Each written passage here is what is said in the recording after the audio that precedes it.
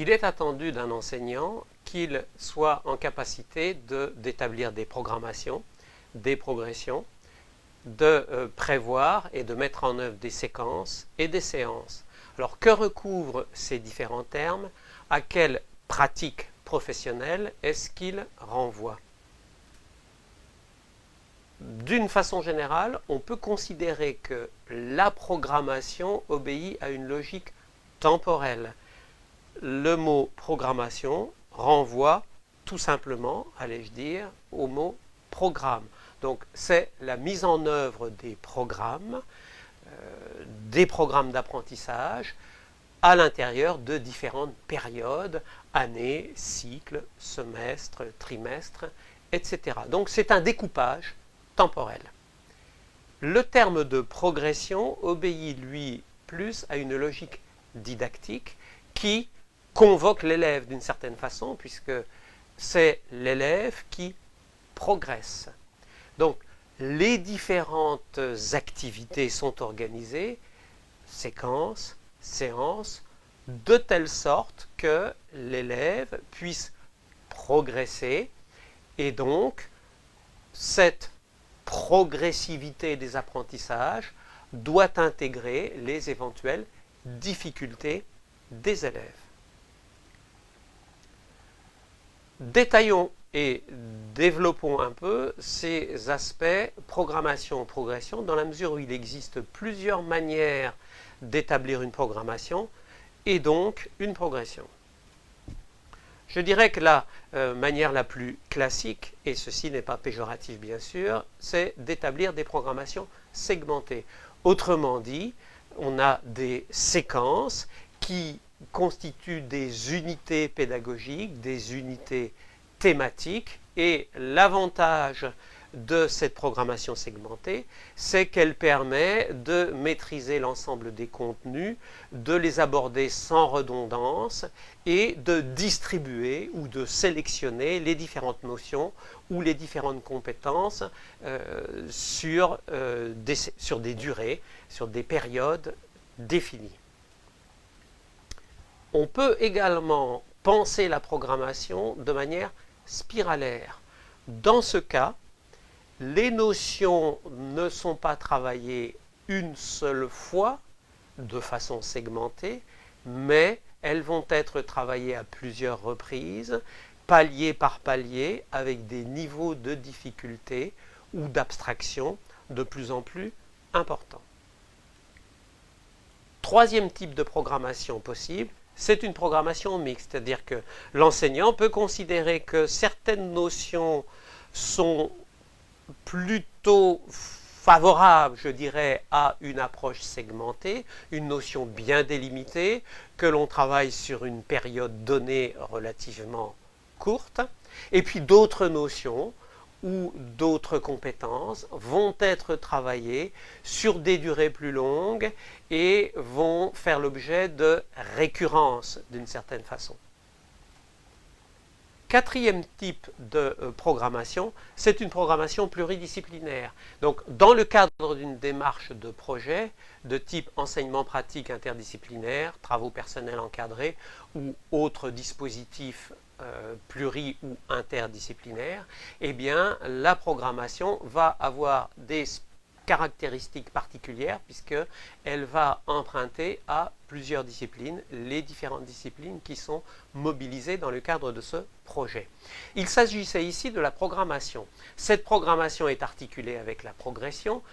En conséquence, qu'implique en termes de progression une programmation segmentée? Eh bien, elle implique une distribution des notions chronologiquement sur une année, sur un cycle ou sur une période, prenant en compte bien sûr la réelle progression des élèves.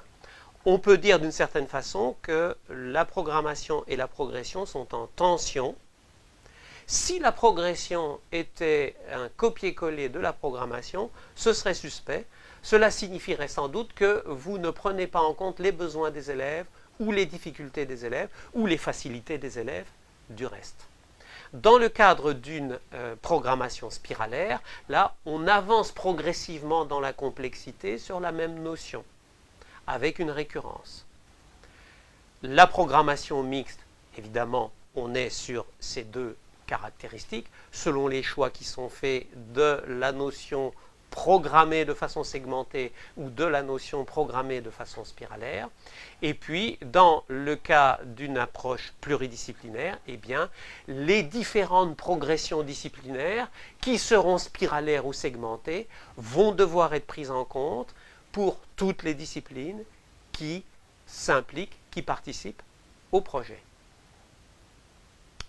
Alors, si l'on prend un schéma, je dirais un peu classique, mais pas seulement, tout simplement le schéma concrètement qui vous impose de prévoir des séances sur des durées et sur des périodicités définies et également des séquences. Alors je renvoie ici à deux documents qui peuvent être intéressants pour ces approches et pour ces définitions de programmation, progression, séquence, séance, etc.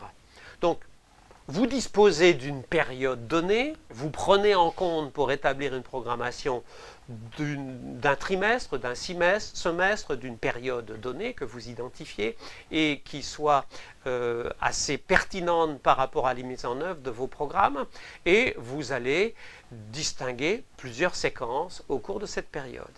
Ces séquences vont être découpées en séances. Ici, par exemple, une séquence de 3 séances, une séquence de 4 séances. Donc, c'est un découpage dans le temps qui va prendre en compte la programmation, mais également la progression. Et donc là, chaque séance, chaque séquence doit donner lieu à l'identification d'objectifs clairs, de compétences.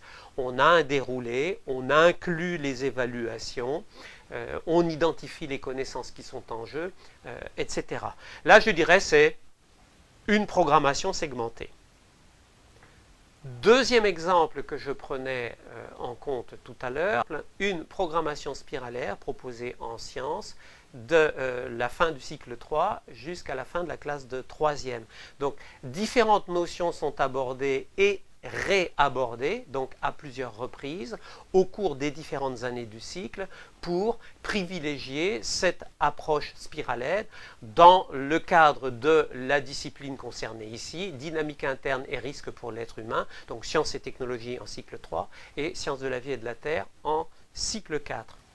Un autre exemple ici en art plastique pour le cycle 4, une approche spiralaire sur un certain nombre de notions qui vont permettre aux élèves de, j'allais dire, monter en complexité par rapport à cette notion-là, et à chaque niveau du cycle 4 sont précisés les indicateurs qui sont évaluables, les compétences qui sont travaillées en art plastique et les domaines du socle qui sont mobilisés dans cette discipline-là au cours du cycle 4.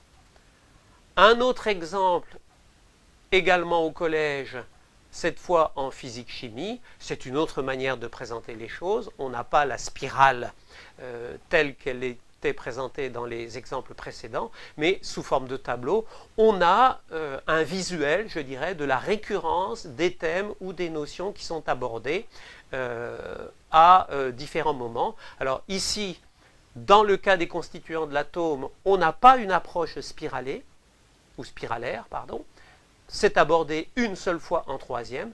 Par contre, la structure du système solaire, c'est travaillé en 5e, en 4e et en 3e. Donc là, on a une approche spiralaire, une progressivité dans les apprentissages et une récurrence de la thématique. Ici, c'est abordé 3 fois en classe de 5e, 3 fois en classe de 4e, et on a à droite le total pour le cycle 4, c'est-à-dire le nombre de fois où la thématique est abordée au cours du cycle. Ici, un exemple proposé par le groupe départemental 95 pour l'école maternelle, pour le cycle 1, qui propose une programmation spiralaire des apprentissages lexicaux pour le cycle 1. le document 3 pourrait vous intéresser si vous enseignez dans le premier degré, mais je dirais, mais pas que. C'est un modèle qui peut être inspirant, quels que soient les niveaux ou quelles que soient